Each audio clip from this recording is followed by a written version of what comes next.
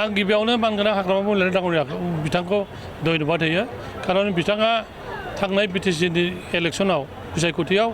जोंखौ 5 गेरेन्टिनि खोथा बुंनो होदोंमोन आरो बे 5 गेरेन्टिखौ दिनै बिथाङा जोंनो चेक आरो गासिबो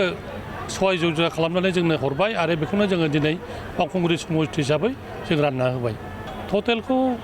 मथा-मथि 100 जनाथ' 2 लाख खरि मोनबाय 1200 जन बेसेबांबाया 1250 10,000 खरि मोनबाय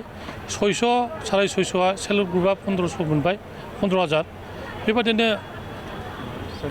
सिनियर सिटिजेनआबो मोनबाय ओमफ्राय बिकलांगफ्राबो मोनबाय मथा-मथि जोंनियाव मथा-मथि 6-7,000 मोनबाय आरो दिनै आरो नेक्स्ट बाराव जों होनो थाखाय रेडि मथा-मथि रायजोफ्रा जोंजों गासिबो जयेन दंजोबो दा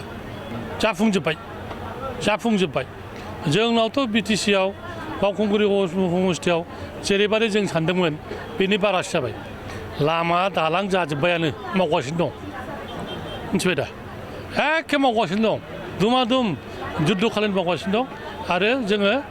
जेखौ खोथा होदों जोंनि बिपिएफ राजनितिक दलआ बेखौ साक्सेस खालामनायाव जों जेब्लाबो हाजु जिहेतु बावखुंग्रिया मोनसे एसेम्ब्लियावबो मोनसे आलदा समष्टि जानानै फैबाय फैगौ बिधान सभा इलेक्सनाव माबायदि